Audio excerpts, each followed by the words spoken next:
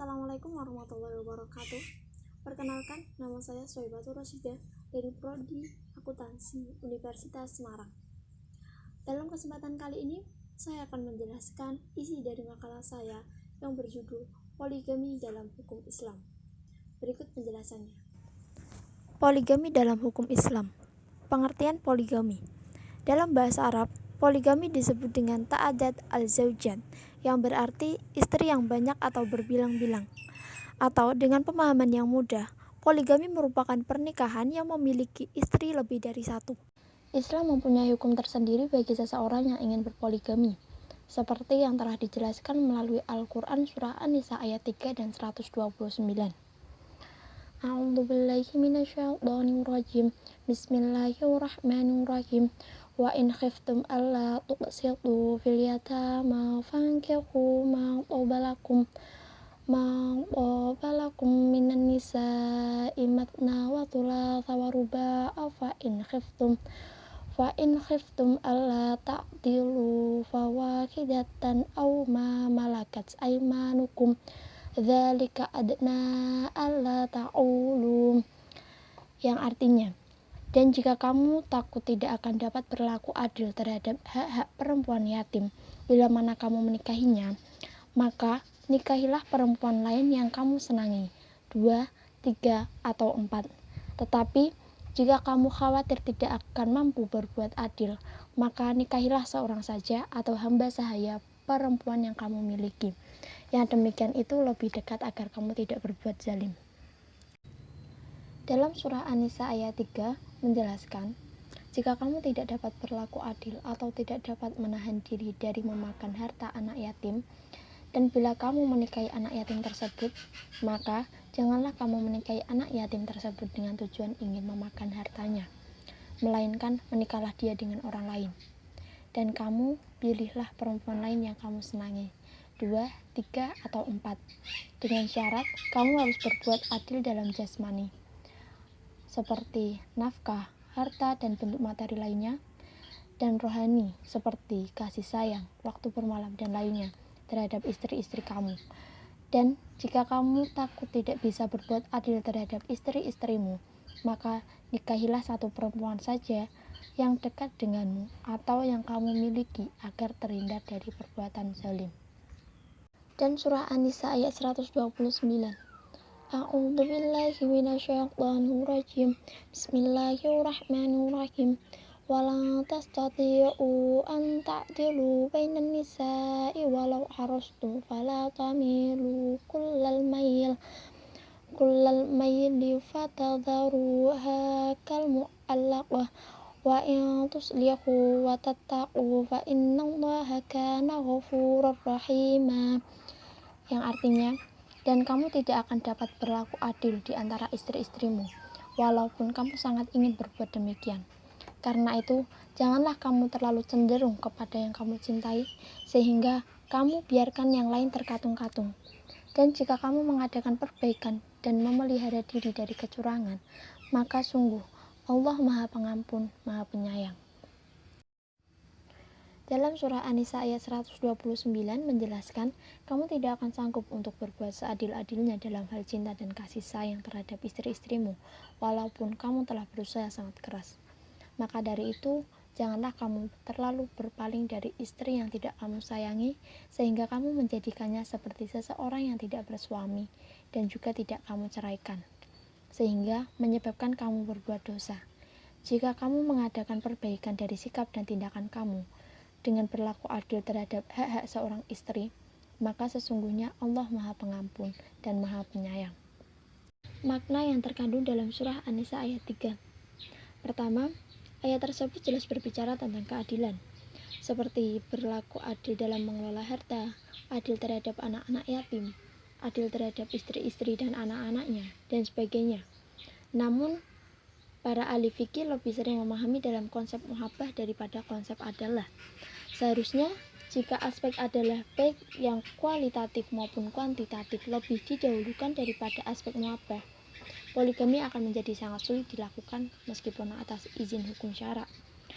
Kedua, bilangan kedua, 3 atau 4 merupakan langkah pembatasan sekaligus koreksi atas tersebut harus dipahami tanpa batas yang berlaku pada waktu itu.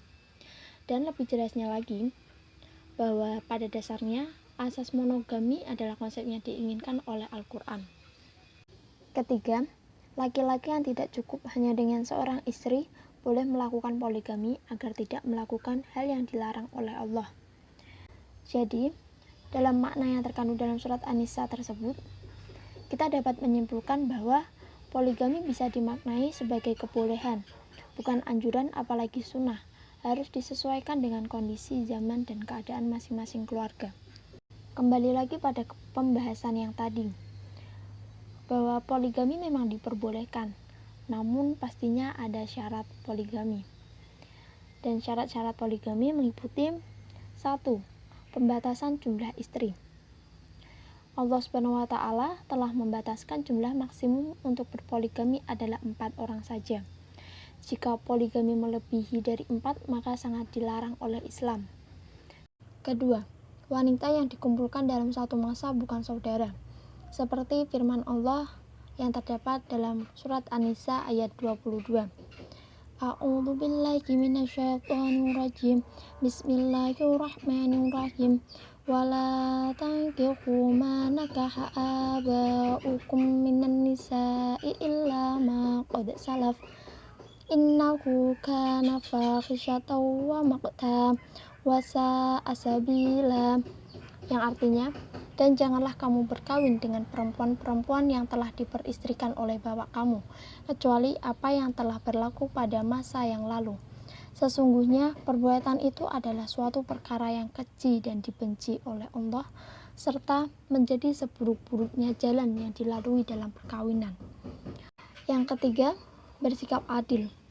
Bersikap adil merupakan syarat utama untuk poligami. Yang dimaksud adil di sini yaitu adil secara jasmani dan rohani, seperti yang saya katakan tadi di awal. Kita lanjut slide selanjutnya. Berpoligami harus disertai dengan alasan yang jelas dan dapat diterima oleh akal. Poligami dapat diperbolehkan dalam beberapa hal berikut. Pertama, poligami dilakukan dalam kondisi tertentu, yang berarti tidak dalam kondisi normal. Misalnya, seorang istri sudah lanjut usia atau istrinya sedang sakit keras, sehingga dikhawatirkan suami tidak dapat menjaga kehormatannya jika tidak melakukan poligami. Pernikahan merupakan sebab terjadinya hubungan kekeluargaan dan keterkaitan di antara sesama manusia. Dengan maksud lain, poligami menjadi sebab terjalinnya hubungan dan kedekatan antara keluarga besar, dan ini juga salah satu yang menjadi sebab poligami yang dilakukan Rasulullah. Ketiga, poligami merupakan sebab terjaganya kehormatan seorang wanita dan terpenuhinya kebutuhan hidup mereka dari segi nafkah, rumah, keturunan yang merupakan tuntutan syariah. Keempat, laki-laki yang memiliki nafsu syahwat yang tinggi sehingga tidak cukup baginya memiliki seorang istri dan tidak mau terjerumus ke dalam hal-hal yang dilarang agama. Dan yang terakhir, jika ternyata istri tersebut mandul, jadi tidak bisa memiliki anak, lalu memilih poligami daripada perceraian, karena perceraian merupakan hal yang dilarang oleh Allah. Dalam kitab Hikmah Al-Tashri wal Falsafatuhu menjelaskan terdapat 3 hikmah dalam poligami, yaitu 1. Kebolehan poligami yang dibatasi sampai 4 orang, yang berarti menunjukkan bahwa manusia terdiri dari 4 campuran pada tubuhnya. Jadi menurutnya, pantaslah laki-laki beristri 4.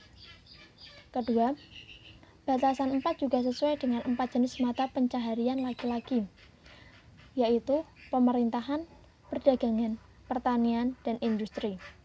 Ketiga, bagi suami yang memiliki 4 istri, berarti dia memiliki waktu senggang selama 3 hari, dan ini merupakan waktu yang cukup untuk mencurahkan kasih sayang terhadap istri. Dalam poligami juga terdapat dampak negatifnya. Dalam buku Ta'adud Al-Zawjat mencatat 4 dampak negatif dalam berpoligami. Di antaranya yaitu, pertama, poligami dapat menimbulkan kecemburuan di antara para istri. Kedua, menimbulkan rasa kekhawatiran pada istri jika suami tidak bisa bersikap adil dan bijaksana.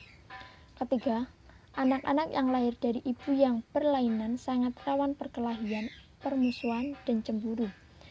Keempat, kekacauan pada ekonomi, karena bukan mustahil akan mengalami kebangkrutan atau jatuh miskin, maka korban akan menjadi lebih banyak. Baik, hanya ini yang dapat saya sampaikan. Saya mohon maaf bila ada tutur kata yang salah. Sekian presentasi dari saya. Wassalamualaikum warahmatullahi wabarakatuh.